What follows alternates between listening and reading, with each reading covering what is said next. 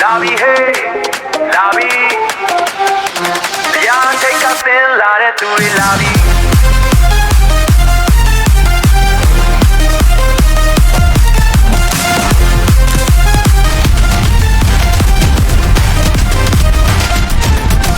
ရာသီအစမှာတော့ပင်ကောင်းချေခဲ့တာ